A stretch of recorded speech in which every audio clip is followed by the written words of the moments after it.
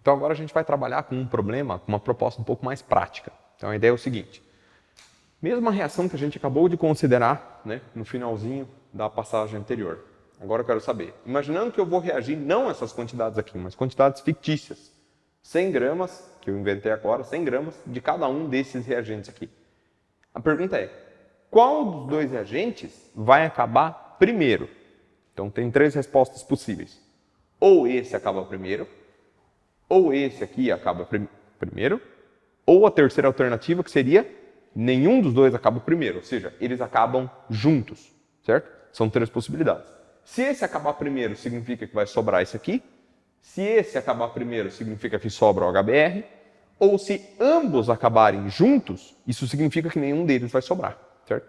Qual que é a situação em que ambos acabam juntos? É a situação em que essas quantidades aqui são uma proporção estequiométrica perfeita, ou seja, exatamente a quantidade que existia de um era a quantidade necessária para reagir com o outro. Nem sempre vai ser essa situação, a gente precisa aprender maneiras de descobrir qual desses dois reagentes acaba primeiro. Então, há 2 maneiras de fazer isso. Tem alunos que preferem uma, tem alunos que preferem a outra. Eu vou mostrar a que eu acho conceitualmente mais fácil para ser estendida para outros exemplos depois, que é a gente pensar em números de mol. Nós sabemos a proporção dessa reação aqui. Ela é 2 para 1 para 1 para 2, ou seja, os números de mols envolvidos são esses. Então, basta eu calcular o número de mols que corresponde a 100 gramas e que corresponde a 74 e descobrir se esses números de mols aqui, que fazem essas 2 porções de matéria existirem, eles estão na mesma proporção de 2 para 1 ou não. Então, a gente pode fazer isso da seguinte maneira. Número de mols do HBr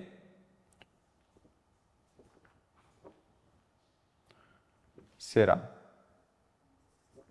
massa por massa molar, que é 100 gramas dividido por 81 gramas por mol.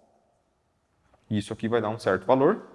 E o número de mols da base, CaOH2, é igual a massa dividido por massa molar, que é 100 gramas, dividido por 74 gramas por mol. Muitos alunos ficam tentados a colocar esse 2 junto aqui. Não pode fazer isso. Por quê? Porque a massa molar não é do HBr nesta reação em que ele aparece com coeficiente 2. A massa molar da substância é a massa molar dela, independente de onde ela esteja. Então, tem reações que o HBr entra com coeficiente 1, tem reações que ele entra com coeficiente 3, e a massa molar dele não pode mudar nessas diferentes circunstâncias. Então, eu não uso esse 2 aqui, mas eu vou usar o valor dessa estequiometria posteriormente para saber quem que é o reagente limitante e quem que é o reagente em excesso. Então, vamos pensar assim, depois de calculados os números de mols, então a gente fez a conta aqui para descobrir que o número de mols da HBr é 1,235, perdão, e o número de mols do hidróxido de cálcio ele é 1,351, ambas as quantidades medidas em mol. Agora sim que nós usamos o conceito da estequiometria. Nós sabemos que a estequiometria é 2 para 1. Então, quer dizer, a proporção da HBr para hidróxido de cálcio é 2 para 1, que tem que ser a mesma proporção de 1,235 para um certo número x. Quanto que é esse certo número x? Bom, se de 2 para 1 caiu a metade, 1,235 para x tem que cair a metade também. Ou seja, x é a metade desse valor aqui em cima. Então, agora a gente compara o seguinte. O que são essas 2 quantidades aqui? Elas são as quantidades disponíveis. Então, isso aqui é o disponível do HBr e isso aqui é o disponível do hidróxido de cálcio. O que representa esta quantidade aqui? Representa o necessário do hidróxido de cálcio para acabar com o HBr. Ou seja, em outras palavras, supondo que o HBr acabe, ou seja, tudo que existe aqui vai acabar. Qual que é a quantidade de hidróxido necessária para promover esse término? Bom, quantidade é isso aqui. Aí a gente tem que comparar esses 2 valores aqui.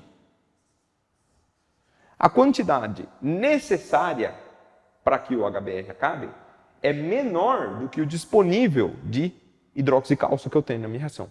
Ou seja, quando o HBr acabar, eu ainda não vou ter acabado com o hidróxido de cálcio. Por quê? Porque eu só precisava desta quantidade para acabar com o HBr e eu tenho muito mais do que isso. Ou seja, isso daqui vai sobrar. Se o hidróxido de cálcio sobra, significa que este daqui é o que a gente chama de reagente em excesso. Por quê? Ele está em excesso estequiométrico.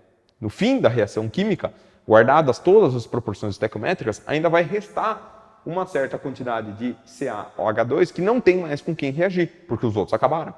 A mesma coisa pode ser pensada a partir desse daqui. Qual que é o nome desse reagente? Ele é o reagente limitante. Por que ele é o limitante? Porque ele acaba. No momento em que ele acaba, ele impede a reação de prosseguir.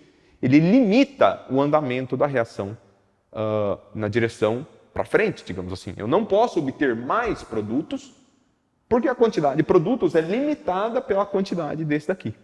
Então, claro, pode ser que eu tenha pensado em outras quantidades aqui, de modo que o limitante fosse o hidróxido de cálcio e o reagente de excesso fosse o HBr. Isso é perfeitamente possível. Agora, nestas duas condições aqui, 100 gramas de um, 100 gramas do outro, quem é o reagente limitante vai ser o HBr. Quem é o reagente em excesso vai ser o hidróxido de cálcio. Quanto que vai ser esse excesso, nós podemos calcular também. Então, vai ser 1,351 menos 0,6175. Isso aqui é igual a aproximadamente 0,734 mol. Então, deixa eu passar uma linha aqui só para não confundir. Isso daqui é o que vai sobrar do meu reagente em excesso no fim da reação química. Ou seja, esse daqui acaba, esse daqui, uma parte dele reage e forma produtos, o que sobrar vai ser essa quantidade aqui embaixo. Aí nós podíamos perguntar também, além de quem acaba primeiro, nós podemos perguntar qual é a quantidade de produto máxima que pode ser formada a partir dessas quantidades de reagentes. Para quem que a gente vai recorrer para responder essa pergunta? Para o reagente limitante, uma vez que é ele que vai acabar primeiro. No momento em que ele acabar, ele que indica para mim a quantidade de produto que foi formado.